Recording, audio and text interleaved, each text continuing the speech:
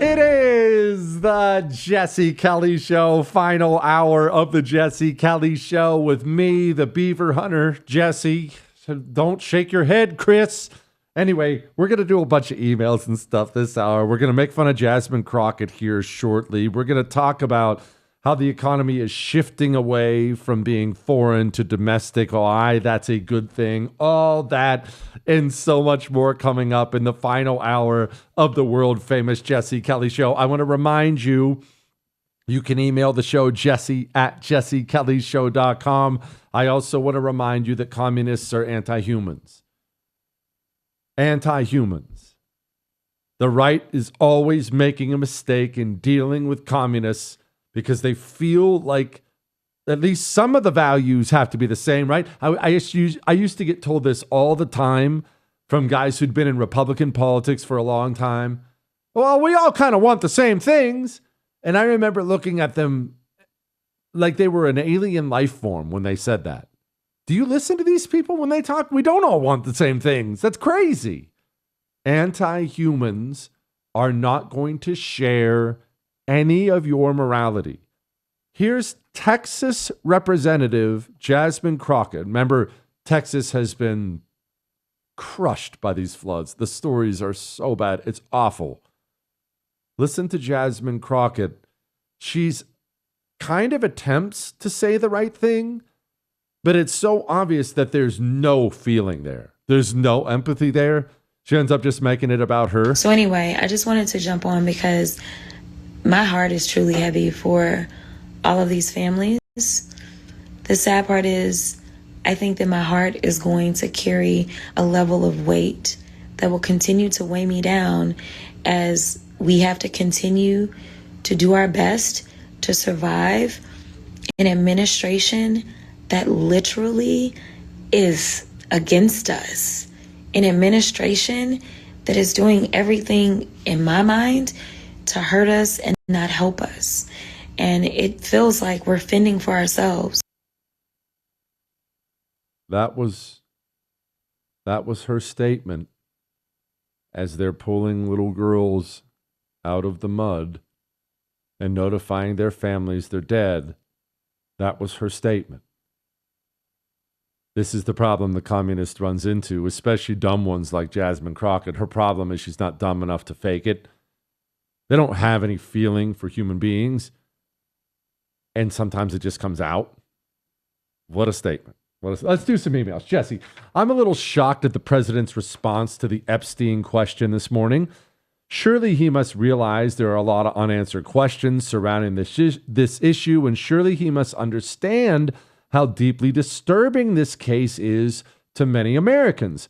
His response smacks of nothing to see here, move on. Okay, so there was this restaurant one time. It was in a little town, Townsend, Montana, I believe is the name of the town. Don't quote me on that, but I'm pretty sure that was the name of the town.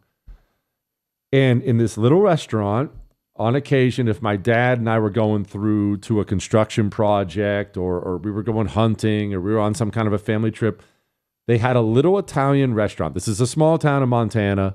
Maybe you've been there, maybe you've heard of it, but it's a small town. And they had a little Italian restaurant in this town. And little family-owned joint, one of those great little, the red and white tablecloth Italian joints where you walk in and you know you're about to have a good Italian meal. You know. Don't shake your head, Chris. You're just jealous because your food sucks. Anyway, back to what we were discussing.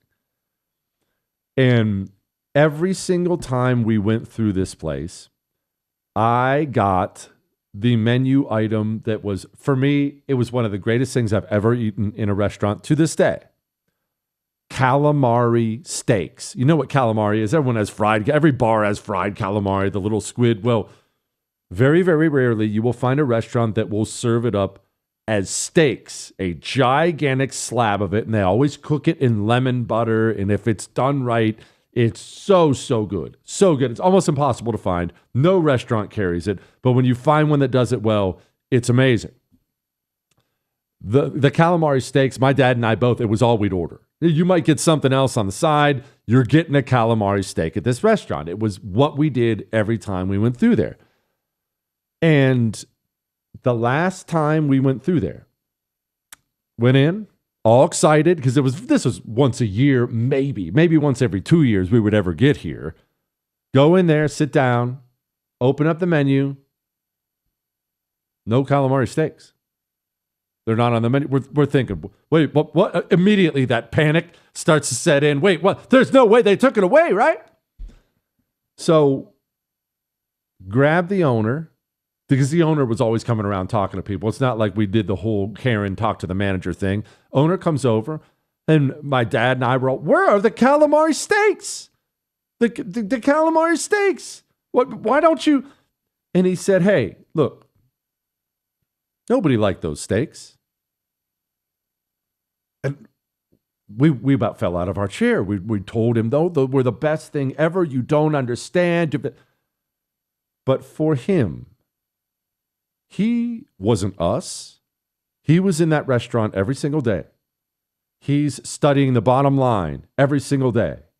Who orders what? How many of these? Okay, so we had 25 spaghetti orders, 2 pizzas. He's in the middle of it every single day. So that gives him one perspective on it. I'm not saying it gives him the correct perspective. I'm not saying it gives him the incorrect perspective. But he has the perspective of the guy who runs the restaurant.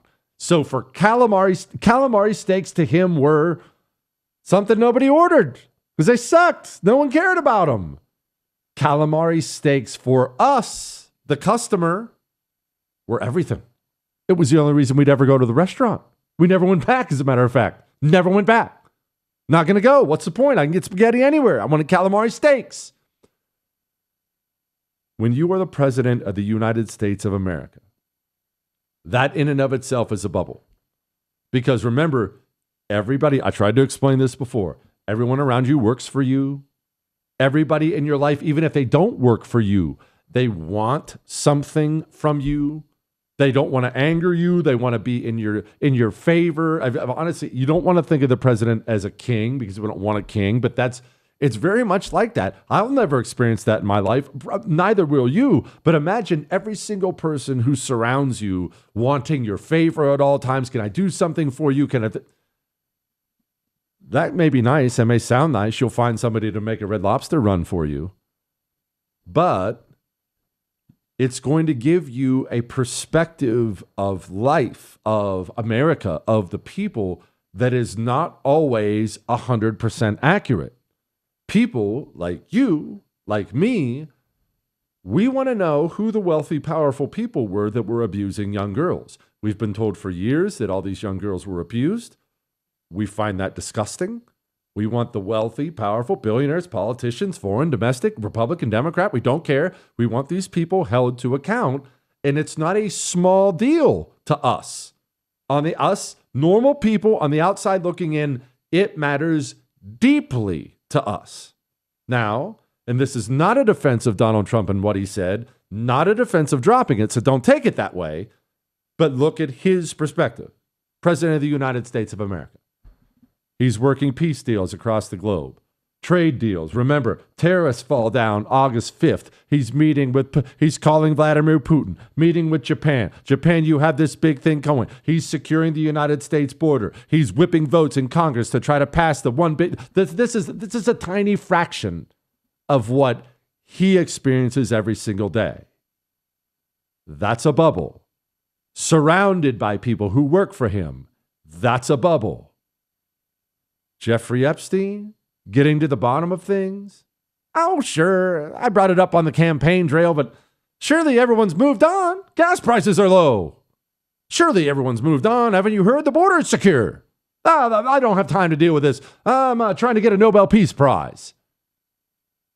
That's what I was trying to get through to the Trump administration. If you think this is something people are going to just let go or blow off, you are in a bubble, and you are sorely mistaken. And maybe you don't have the goods, as I believe. Maybe the goods have been destroyed, and you don't have them. You thought you did. You told everybody to go on television and say we're going to release everything, and then the file gets on your desk, and the FBI and CIA have had the paper shredder to it and the redactions to it, and you find out you don't have the goods. You don't have this list. You don't have that. You don't have it. then you've got to tell the American people that.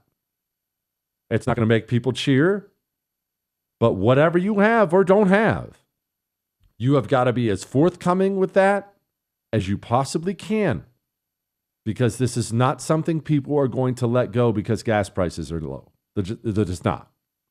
We have a bubbles. That's the problem. All right. Let's talk about Stacey Abrams, the world of make-believe again, briefly, and then we'll move on, get back to emails.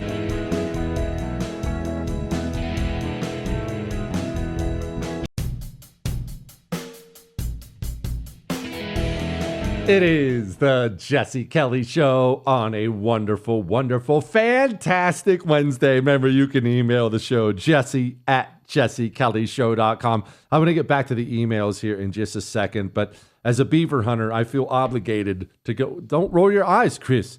I feel obligated to go over again. We are seeing an escalation in violence from communists.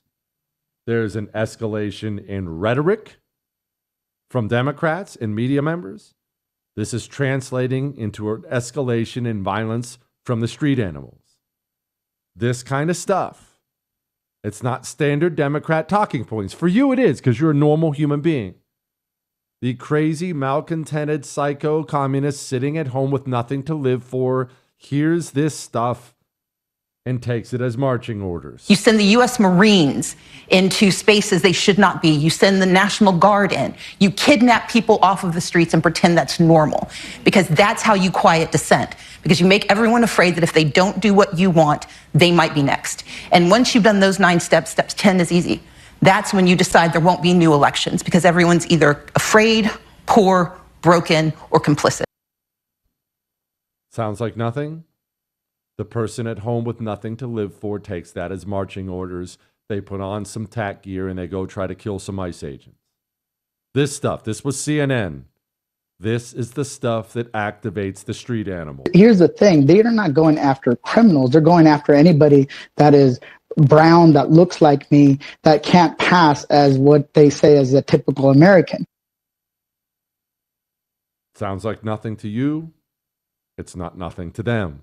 Here's Hakeem Jeffries on CNN. According to Axios, some are even being told they need to be more willing to go out there and get shot when fighting. That was a direct quote, get shot when fighting back against some of Trump's policies. One House Democrat saying, quote, and I'll read it to you, our own base is telling us that what we're doing is not good enough. There needs to be blood to grab the attention of the press and the public. This was from Newsmax. This was in San Antonio, Texas, where a challenger for a District 1 council called for the killing of ICE agents in Los Angeles. You won't even believe this. This is Matthew Guana, and he posted the comment here on X in response to DHS agents arresting illegals in L.A. He says, and they will get shot by the Los Angeles public. I want to see a few dead ICE agents, Los Angeles. Don't let me down. Can you believe? Remember what happened right after Chuck Schumer said this. I want to tell you, Gorsuch, I want to tell you, Kavanaugh, you have released the whirlwind, and you will pay the price. You won't know what hit you if you go forward with these awful decisions. Elite communists give the orders. That's what those were. They were orders. Elite communists give the orders. Street communists carry out the violence. Elite communists then step in and provide legal protections. As the Democrat Party goes down and down and down in popularity, that's really what's sparking a lot of this. The Democrats are not only out of power, they're unpopular. So they feel really, really out of power. Well, the more out of power Democrats get, the more they will escalate street communist violence. It's a warning for all of us to be ready, to make preparations. Jesse, I've been listening to your show for quite a while, and I look forward every night to hearing some good history information. Your knowledge and ability to communicate complex history is just wonderful. It is wonderful. I agree. But that's what beaver hunters do, Chris. We communicate history. Chris, you're going to be so jealous when I get... Oh, by the way, I used to have a beaver hat. Did you know that? Now, what? They're only like $100 a pelt. Yeah, well, mine wasn't authentic, buddy. It was fake. It was fake fur and whatnot. It was when I was a kid. I was obsessed with John Wayne movies. My dad was obsessed with them. Therefore, as any young man, I was obsessed with them. And I used to watch all the John Wayne movies. And there's a great John Wayne movie. I've heard it's a true story called The Alamo. And John Wayne plays Davy Crockett in that movie. And he wears a beaver hat. And after I saw that movie, all I wanted was a beaver hat so I could dress like Davy Crockett in The Alamo. And that year for Chris, what, Chris? What? What do you mean it's not a beaver hat? I know it's a coonskin, but I thought it was beaver at the time. And so eventually I was given that beaver hat, which was kind of coonskin, but I told everyone it was a beaver hat. And I think it cost like $5. It definitely wasn't real fur. But for me, it was the greatest thing in the world. Why do you have to try to correct me? I bet Davy Crockett had a beaver one for real. That coonskin one, that's Hollywood lying, Chris. Hollywood tells lies. You would know. Jesse, what happened to your Pam Bondi versus Fox arrest board? I only listened, so is it still up? Okay, it's still up. And we are keeping track of the Fox News appearances versus government arrest appearances. And I'll put a display up again. I want to see, not that I'm hopeful, I want to see if this James Comey, John Brennan stuff actually goes somewhere. I don't think it will. I think it's going to amount to a couple slap on the wrist perjury charges, and these guys are going to get off scot-free like government people always do. But I hate to even say this because you know I'm not a fan. I wish it was someone else, but I want to see if she can do it. I want to see if she can put together a case against government people and send government people to prison. I guess maybe I'm waiting at this point in time.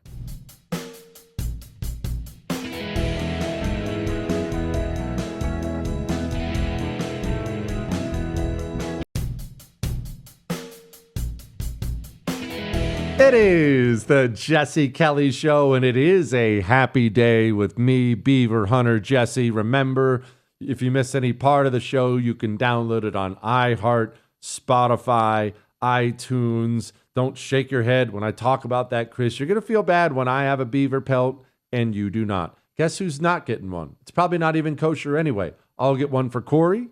I'll get one for me. You can have nothing. You can have nothing. No, you're not going to wear it. You're not going to have the opportunity to now. You don't need to with that ridiculous hippie hair you have going. Dear cheetah fighter Jesse, while I can totally buy your claims that you're a jerk, I have to take issue with claims of being dumb according to community college grades, algebra, etc. Here's why. You said you did so well on the Armed Services Aptitude Battery, ASVAB. I actually didn't even know that's what that stood for. That you could practically have written your own ticket for an occupational choice upon reenlistment if you had reenlisted, and I believe you. Yeah, I got an 87. Well, I'm somewhat familiar with the test, having sat for it myself and having read the book, The Bell Curve. The book repeatedly mentions a strong positive correlation to adult cognitive tests in the ASVAB. So here's my question. Are your dumb guy claims, unlike your claims of being a jerk, just shtick for the Jesse Kelly Show? Well, there are things that are not arguable. I'm not sure how to answer that, so I'll try to answer it this way. I did get a 0.0 grade point average my first semester of college. I graduated high school. I went to Montana State. If you don't believe me, I believe the transcript is still on the website. My first semester, I got 0.0. That's not arguable. Something else that's not arguable. When I got out of the Marine Corps and I went to community college, granted, it was a pretty high-end community college, I had to drop algebra a couple times because it wasn't going well. That's not arguable. I graduated. I think I graduated in the bottom half of my high school class, but it was a big class. I mean, there were a lot of kids, but the bottom half. And remember, there weren't even very many Asians, and I finished in the bottom half still. So That's not ideal.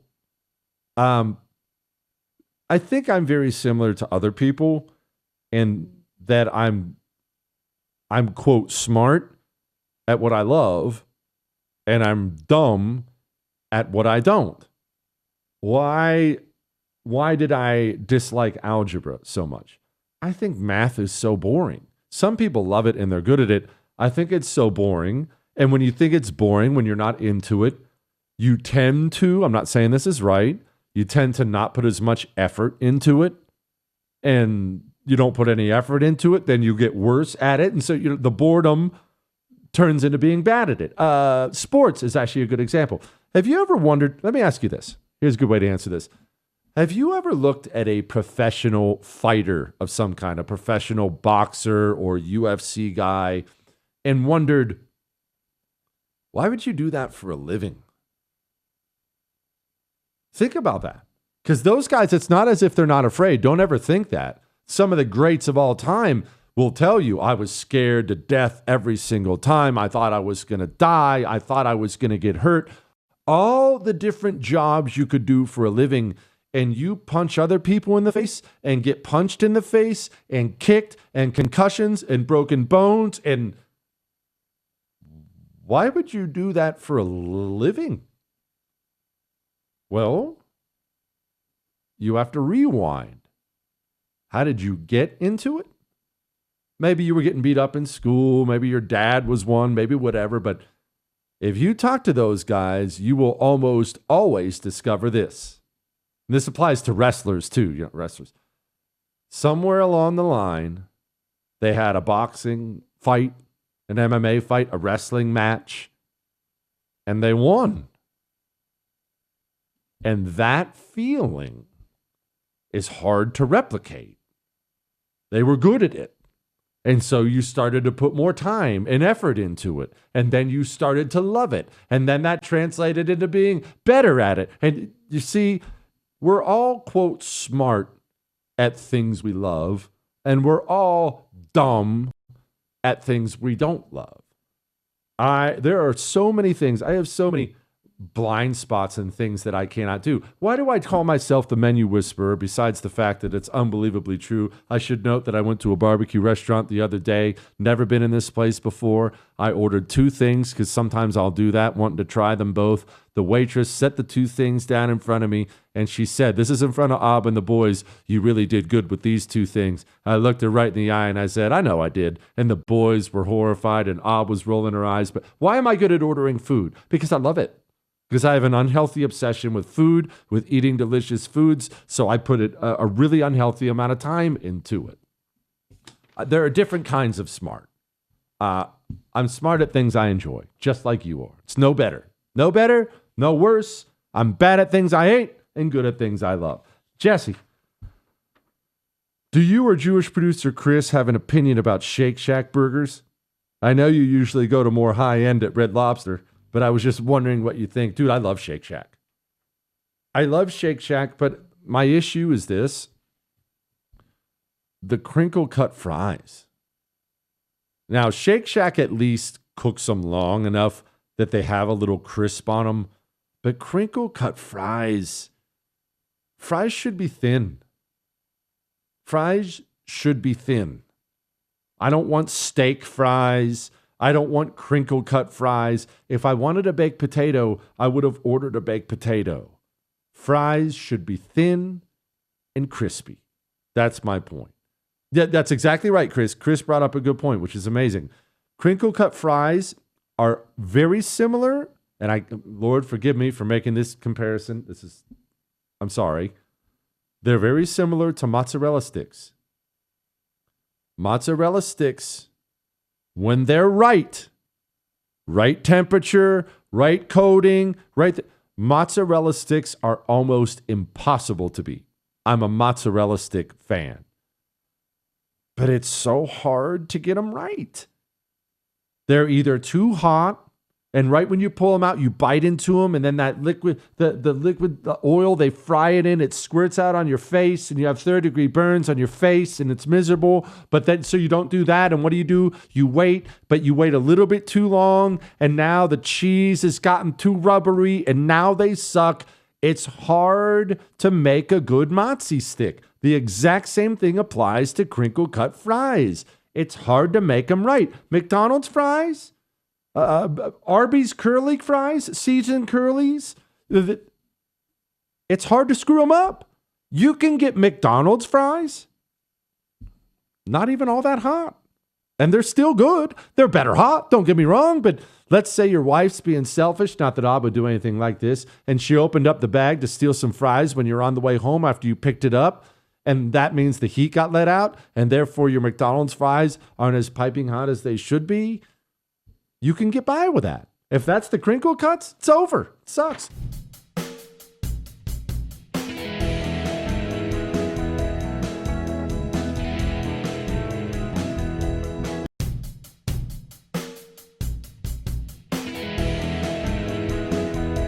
It is the Jesse Kelly Show on a fantastic Wednesday, but don't worry, we will be back tomorrow. In the meantime, you can email us, jesse@jessekellyshow.com. You hear Gavin Newsom? The fact that you had a president of the United States, or at least former president that was running again, who wanted to put America in reverse, wanted to bring us back to a pre-1960s world. On voting rights, civil rights, LGBTQ rights, on women's rights, not just access to abortion, but access to contraceptive. Oh, California. Anyway, Newsom's in some trouble. Justice Department suing California over alleged Title IX violations. The lawsuit cites Governor Gavin Newsom's own words that biological males competing in women's sports is, quote, deeply unfair. The Justice Department slams policies that eviscerate equal athletic opportunities for girls, and they also require girls to share in intimate spaces such as locker rooms with boys, causing a hostile educational environment that denies girls educational opportunities. I am so fascinated. I'm really genuinely fascinated. We've talked about this before, about the tranny thing in Democrats. And setting aside the insanity and morality and all that other stuff, it's such a political loser. I've always said this. It is a political loser. Even if you're King Tranny, right? Even if you're Mr. Tranny. Why are you gay? No one cares about that issue. But if you become the promoter of it, you turn people off so badly. Because for normal people, for most people, it's weird, it's gross, it's bad, and yet that has become the Democrat Party. But they took it a step further.